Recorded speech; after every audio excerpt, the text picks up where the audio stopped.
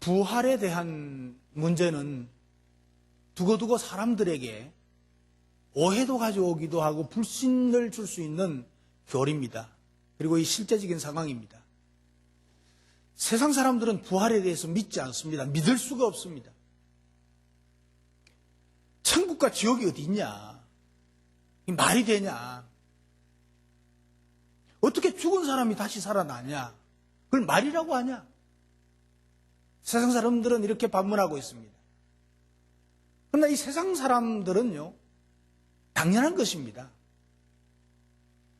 그들은 그럴 수밖에 없죠. 그런데 믿는 사람들 가운데서도 부활에 대한 오해가 있습니다. 만약 죽었을 때 그 모습으로 부활한다면 나는 부활하고 싶지 않다. 부활 안 할 거야. 이런 사람이 있습니다. 왜냐하면 어린아이가 죽었으면 어린아이로 태어나면 계속 어린아이로 살아야 되잖아요. 그것보다 더 억울한 일이 어디 있습니까? 또 노인으로 이거 병들어 죽는데 그 힘없는 노인의 모습으로 부활하면 무슨 재미로 살겠어요? 또 자기가 좀 못났다고 생각하는 사람은 못난 모습으로 그대로 부활한다면 이건 영원히 어떻게 그렇게 살 수가 있겠습니까? 그러니까 이거 싫다. 나 부활 안 한다. 이런 사람도 있습니다. 그런데 그거 오해지요. 부활에 대한 오해가 많을 수 있습니다. 성경에서 나오는 사람들 중에 예수님을 반대하고批判한 사람들, 사두개인과 바리새인들이 있습니다. 바리새인들은 영적인 면에 좀 있었습니다. 그런데 사두개인들은 현실적인 사람들입니다. 신신학하고 비슷합니다. 그래서 저들은 영의 세계를 안 믿었습니다. 따라서 천사도 없고 부활도 없고 천국도 없다고 그랬습니다. 그래서 부활에 대한 질문을 가지고 예수님을 올무에 걸기 위해서 아주 노력했던 사람들입니다. 히브리인들의 전통이 있는데 계대법이라는 전통이 있습니다. 이게 무슨 법인가 하니까 장자가 아들을 낳지 못하고 죽었을 경우에 다음 차남이 그 형수와 결혼해서 아이를 낳아서 대를 잇게 하는 법입니다. 그런데 형수와 둘째가 대를 잇게 해서 아들을 낳으면 그 아이는 둘째 아들의 아이가 아니고 첫째 이미 죽은 아들의 아들이 되는 겁니다. 이 사두개인들은 이것을 교묘하게 악용해가지고 예수님께 함정의 질문을 던집니다. 뭐라고 하는 거 하니까 우리 중에 7형제가 있는데 7형제가 있는데 장자가 결혼해서 상속을 받을 아이가 없이 그냥 죽었습니다. 그래서 계대법대로 둘째 동생이 형수와 함께 살게 되었습니다. 그런데 둘째도 또 살다가 죽었습니다. 그래서 셋째와 또 살게 됐습니다. 셋째도 죽고 넷째와 다섯째, 여섯째, 일곱째 아들까지 다 형수와 함께 살았습니다. 그러면 부활할 때 그 여자는 도대체 누구의 아내가 됩니까? 몇째 아내 되죠? 이것이 바로 이들이 오해했던 부활에 대한 잘못이죠. 그래서 예수님께서 대답을 했습니다. 야, 너희들 참 성경도 모르고 하나님의 능력도 알지 못하기 때문에 오해한 거다. 부활했을 때는 장가도 아니 가고 시집도 아니 가고 하늘에 있는 천사들과 같이 되느니라. 그랬습니다. 저들이 오해하고 잘못 알았던 것이죠. 그 외에도 부지기수로 부활에 대한 오해가 많을 수 있습니다. 오늘 저와 여러분들이 읽은 이 본문에서도 부활에 대해서 오해를 하고 있는 데살로니가 교회 성도들의 그 오해를 볼 수가 있습니다. 그래서 13절에 형제들아 자는 자들에 대하여는 너희가 알지 못함을 우리가 원치 아니한다. 너희가 자는 자들에 대해서도 알아야 된다. 죽음에 대해서도 알아야 된다. 이것은 소망이 없는 다른 이와 같이 슬퍼하지 않게 함이니라. 너희들의 소망은 부활인데 부활을 소망하고 슬퍼하지 않게 하기 위해서 내가 이 편지를 쓴다. 이렇게 기록하고 있습니다. 데살로니가 교인들은 죽은 자들은 부활할 때에 어떻게 될 것인가 하는 의문을 가지고 있습니다. 오늘 큰빛교회 성도들 가운데서는 이런 의문을 가지고 있는 분들이 없으십니까? 분명히 있을 것입니다. 당시 헬라인들은 사람이 죽으면 영원히 죽음에서 깨어나지 못한다고 믿었습니다. 그 영향이 데살로니가 교회 성도들에게도 미쳤기 때문에 이런 부활에 대한 의심을 하게 되고 또한 의문을 품게 된 것입니다. 그래서 오늘 설교 제목은요, 성도는 반드시 부활합니다. 옆 사람 보고, 성도는 반드시 부활합니다. 당신은 반드시 부활할 것입니다. 한 번 더. 네. 저도 분명히 부활합니다. 옆 사람 보고, 저도 분명히 부활합니다. 데살로니가 성도들이 부활에 대한 온전한 이해가 없었다는 거죠. 그래서 사도 바울은 부활에 대해서 깨우치려고 오늘 말씀을 주신 것입니다. 그런데 우리가 부활을 생각하기 전에 반드시 먼저 생각해야 될 것이 있습니다. 부활을 생각하기 전에 먼저 생각해야 될 것은 성도의 죽음에 대해서 좀 따져봐야 합니다. 성도의 죽음이 뭔가? 성도의 죽음은요, 자는 것입니다.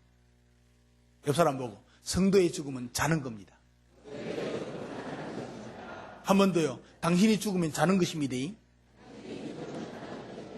네. 성도가 죽으면 뭐예요? 자는 거예요, 자는 거.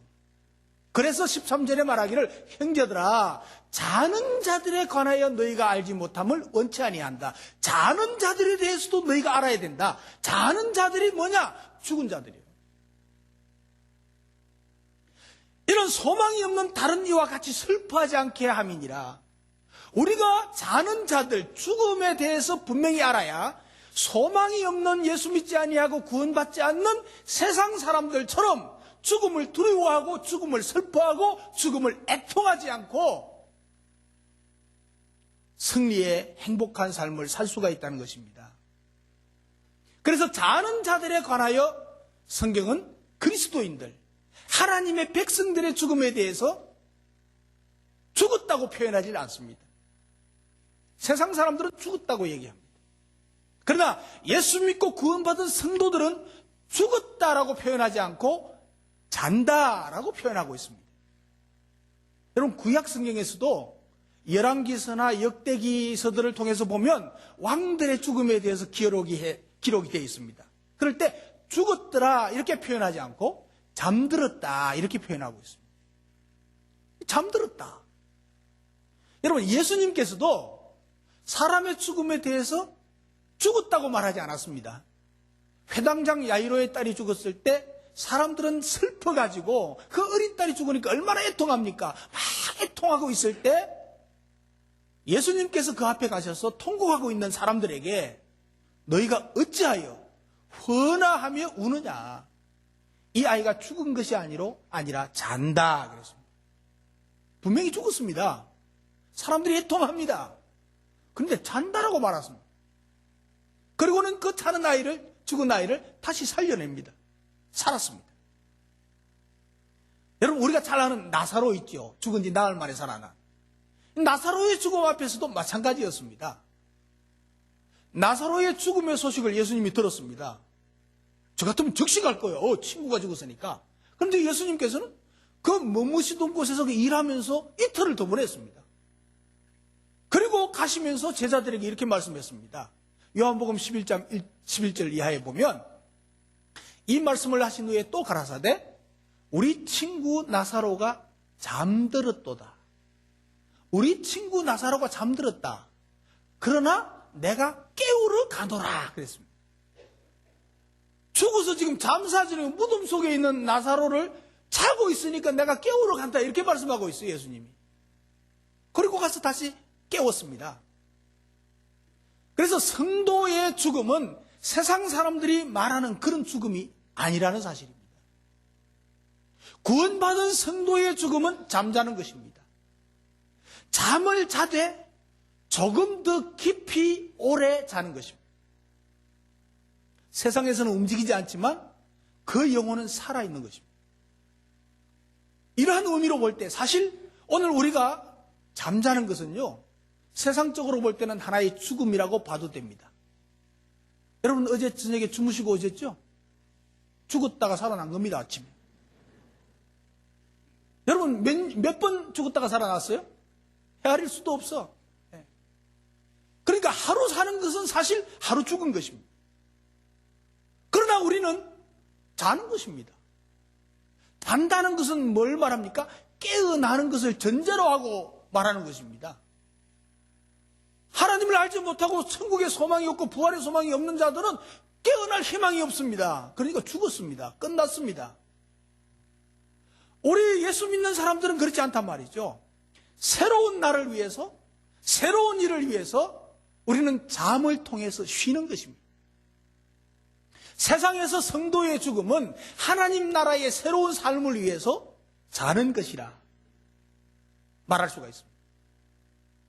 우리가 죽음에 대한 이러한 이해가 없다면요, 더 이상 우리는 죽음에 대해서 두려울 수밖에 없습니다. 그러나 이러한 이해가 분명히 있다면 죽음을 두려워하지 않을 수 있습니다. 그런데 사람들은요, 죽음을 단지 죽음으로 받아들입니다. 예수 믿는 사람들도 그냥 죽음으로 받아들입니다. 그렇기 때문에 두려운 것입니다. 우리 그리스도인들의 죽음은 안식이라는 말이에요. 안식. 새로운 운명의 시간, 새로운 나라를 위해서 잠을 자는 것이 바로 성도의 죽음입니다. 우리는 죽음에 대한 이해가 이렇게 성경적이어야 합니다. 이 성경적인 죽음에 대한 이해가 바로 될 수 있기를 주님의 이름으로 축복합니다. 그럴 때 우리는 죽음을 두려움으로 받아들이는 것이 아니고 새로운 세상으로 가는, 곧 하나님 나라로 향하여서 가는 통로가 죽음입니다. 하나님 나라로 가는 통로가 죽음이니까 그 죽음의 통로를 받아들이고 감사와 기쁨으로 맞이할 수가 있습니다. 사랑하는 성도 여러분, 죽음을 감사와 기쁨으로 맞이할 수 있기를 주님의 이름으로 축복합니다. 네. 죽음은 건널 수 없는 강이 아닙니다. 죽음은 정복할 수 있습니다. 이미 정복되었습니다.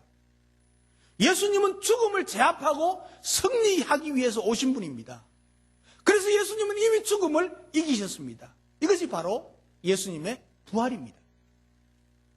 부활은 죽음을 두려워하고 슬퍼하는 모든 사람들에게 유일한 소망입니다. 부활은 죽음에 대한 유일한 해답입니다. 부활은 죽음을 해결하는 하나님의 방법입니다. 부활은 전 인류에게 주신 하나님의 선물입니다. 예수님이 부활하시지 않고 그냥 영원히 땅에 묻히셨다면 우리가 믿는 신앙도 다 허무한 것이 될 것입니다. 부활이 없다면 기독교는 죽은 종교가 됩니다. 이 세상 종교와 똑같은 종교가 됩니다. 부활이 없다면 예수님을 믿고 예수님을 신앙생활 하는 것 헛것입니다. 전부 다. 부활이 없다면 모든 우리가 경건생활 하는 것, 그리고 절제 생활하는 것, 선행을 하는 것, 섬기는 것, 도덕적인 행위 이런 것이 모두가 다 무의미한 것이 될 수밖에 없습니다. 헛된 일이 될 수밖에 없습니다. 부활이 없다면 기독교는 있으란만 한 것입니다. 그리고 굳이 종교를 가질 필요도 없습니다. 그냥 철학자가 되는 게 낫습니다. 그냥 그대로 아무렇게나 살다가 죽는 게 낫습니다. 부활이 있기 때문에 성도의 죽음은 자는 것입니다. 성도의 죽음은 자는 것입니다. 믿으시기 바랍니다. 그리고 성도는 반드시 부활합니다. 예. 옆 사람 보고요, 당신은 반드시 부활합니다. 한 번 더요, 저도 반드시 부활할 겁니다. 여러분, 예수님의 부활은요, 모든 부활의 증명서입니다. 내가 부활할 수 있다고 하는 사실, 내가 부활한다는 사실을 증명해주는 증명서가 예수님의 부활입니다. 예수님이 부활하셨기 때문에 성도의 부활이 확실해졌습니다. 성도의 부활이 없다면 주님이 부활하시지 않았을 겁니다. 그래서 주님의 부활은 성도의 부활의 신호입니다. 그래서 성경은요, 만일 죽은 자의 부활이 없으면 그리스도도 다시 살지 못하였으리라. 아니, 다시 살지 않았을 것이죠. 만일 죽은 자가 다시 사는 것이 없으면 하나님이 그리스도를 다시 살리시지 않았으리라. 만일 죽은 자가 다시 사신 것이 없으면 그리스도도 다시 사신 것이 없었을 것이다. 이렇게 말씀하고. 성경은 그래서 주님의 부활을 첫 열매라고 합니다. 고린도전서 15장 20절에 보면 그러나 이제 그리스도께서 죽은 자 가운데서 다시 살아 잠자는 자들의 첫 열매가 되셨다 그랬습니다. 잠자는 자들, 성도로서 죽은 자들, 잠자는 자들의 첫 열매가 되었습니다. 첫 열매가 수확되면요, 다음에 또 열매가 난다는 겁니다. 여러분, 사과나무 심어서 열매가 열리면 첫 열매는 먹지도 못해요. 조그만하고 이렇게 해서. 첫 열매가 열리면 어때요? 내년에 열매가 열릴 것이라, 확실한 열매가. 예수님의 부활의 첫 열매가 되었으니까 예수 믿는 우리가 다음 열매로 열매 맺게 된다는 것입니다. 그래서 우리가 예수님의 부활은 바로 나의 부활입니다. 여러분, 예수님의 부활은요, 역사상 유례가 없는 부활의 유일한 사건입니다. 유일한 사건은 단 한 번밖에 없던 사건입니다. 역사상 유일한 사건이라는 것은 우리의 경험론에 의해서는 위반이 됩니다. 우리가 경험을 한 적도 없고 본 적도 없습니다. 과학과 상식을 거스르게 됩니다. 초월하게 됩니다. 그러니까 어떻게 역사상 단 한 번밖에 일어나지 않는 일을 인정할 수 있겠는가? 이것이 세상 사람들의 생각입니다. 그래서 많은 사람들이 믿지 못하겠다고 말합니다. 못 믿겠다 그거. 한 번밖에 일어나지 않았으니까. 그런데 여러분, 성경에는요, 역사적인 유일한 사건이 줄비합니다. 천지 창조 한 번밖에 없습니다. 인간 창조 한 번밖에 없는 일. 영혼을 창조한 거예요. 인간의 영혼을 창조한 거예요. 유일한 사건입니다. 홍수 심판 유일한 사건이죠. 바벨탑과 언어의 혼잡 사건 유일한 사건입니다. 출애굽 사건, 예수님이 동정녀 처녀에게 태어난 사건, 예수님이 십자가에서 죽으시고 부활하신 사건, 예수님이 성천하신 사건, 다 유일한 사건입니다. 그러니까 이것이 사실로 있었던 사실입니다. 앞으로도 역사상 유일한 사건이 성경에 예언되어 있습니다. 역사의 종말이 유일한 사건입니다. 주님의 재림과 심판, 죽은 사람들의 부활, 천국, 다 유일한 사건입니다. 우리는 이 유일한 부활을 믿는 사람들입니다. 믿습니까? 네. 그런데 이 부활을 믿는 사람들이 꼭 늘 알고 기억하고 있어야 될 사실이 있습니다. 그것이 뭐냐면 우리는 부활의 씨를 지니고 사는 사람들입니다. 부활의 씨앗을 우리 몸속에 가지고 사는 사람들이에요. 우리 속에 부활의 씨가 있다는 거예요. 따라합시다. 내 속에 부활의 씨가 있어요.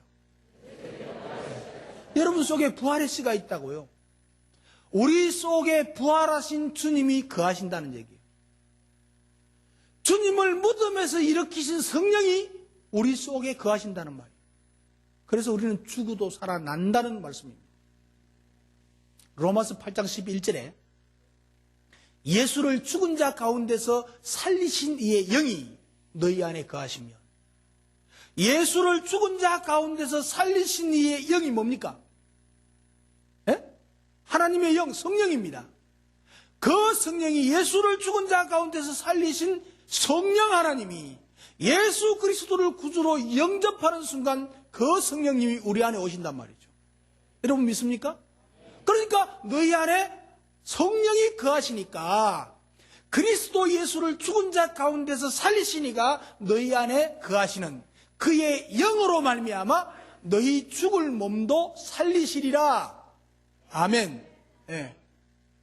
예수님을 부활하게 하신 성령님이 우리 안에 계시니까 우리를 부활하신다는 말이에요.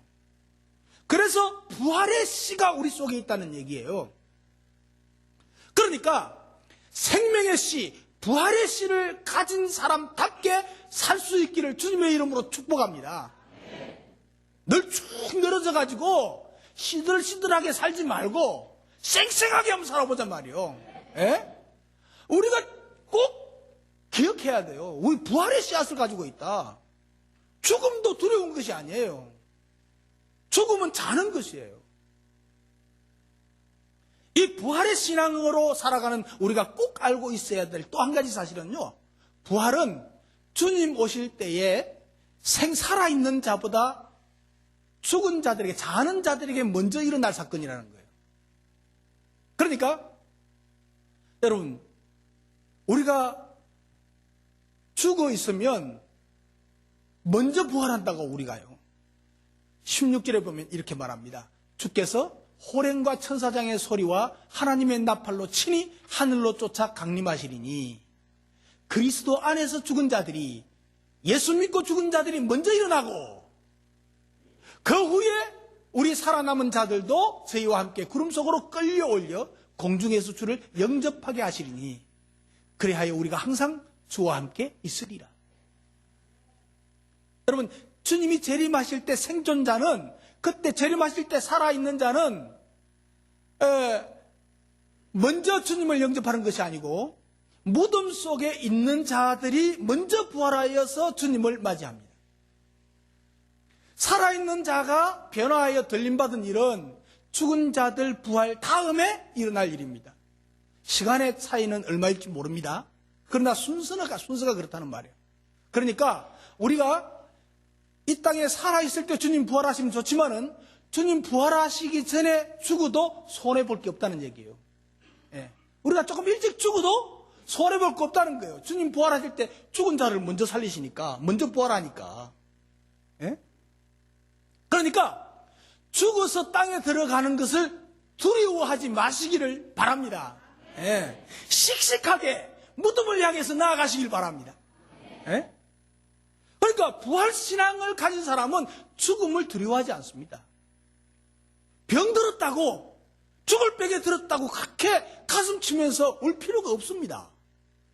조금 일찍 가는 것 뿐이에요. 어떤 면에서는요, 더 좋은 곳에, 천국에 더 일찍 가니까 더 좋아해야 돼. 아멘 안 하네. 부활신앙을 가진 사람은 세상을 소망 가운데 살아갑니다. 고난을 이깁니다. 죽을 병에 다쳐도 나올 수 있지, 하나님 도우시면. 안 나오면 천국 가지, 조금 일찍 가지, 내가 먼저 부활하는데 이래야 됩니다. 항상 기뻐할 수 있습니다. 기뻐할 수 있습니다. 예수님께서 부활하신 것을 믿을 때 모든 문제가 풀려집니다. 이것은 예수께서 부활하신 것을 믿을 때 전부가 해결되는 문제입니다. 오늘 본문에서 부활에 대해서 의심하는 데살로니가 교회를 향해서, 그리고 오늘 우리를 향해서 말하고 있습니다. 말씀합니다. 14절에 우리가 예수의 죽었다가 다시 사심을 믿을진대, 예수님의 부활을 믿는 사람이 이와 같이 예수 안에서 자는 자들도 하나님이 저와 함께 데리고 오시리라. 예? 예수 믿고 죽은 사람들을 하나님이 부활시켜서 함께 하신단 말이죠. 우리가 예수님의 부활을 믿을 때 예수 그리스도 안에서 죽은 자들은 주님께서 부활시켜서 주님과 함께 살 수 있게 된다는 말입니다.